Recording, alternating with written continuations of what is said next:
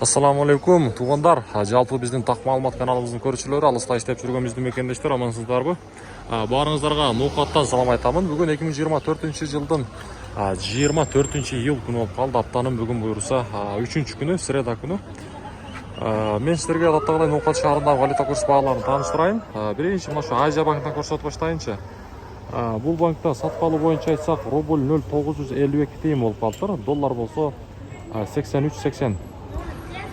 Білесіздер, доллар күннен күнге түседі. Рубль болса бүгін 2 тиынға көтеріліп тұр. Доскрада банкта көрсетем, анан валютчиктерде көрсетем.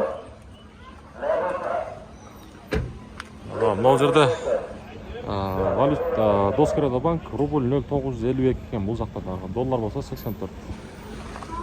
Ақша алмастырушы жерде мен сіздерге обменниктерді көрсетіп қойын мынага.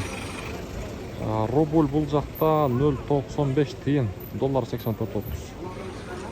Коммерциялық Қырғызстан банктадағы рубль қанша болып кетті екен, мынага 0,95 екен бұл жақтадағы. Көріп тұрсыздар, рубль 0,95 тиын. Туғандар, сөз түрде каналға хаттаңыздар, лайктан басыңыздар. Біздің каналға подписчасы болып қойсаңыздар, бұйырса сіздерге мына шындай күнімдік тақ-тақ маалыматтар, валюта курстары жетіп барып тұрады. Бізбенен бірге отырыңыздар.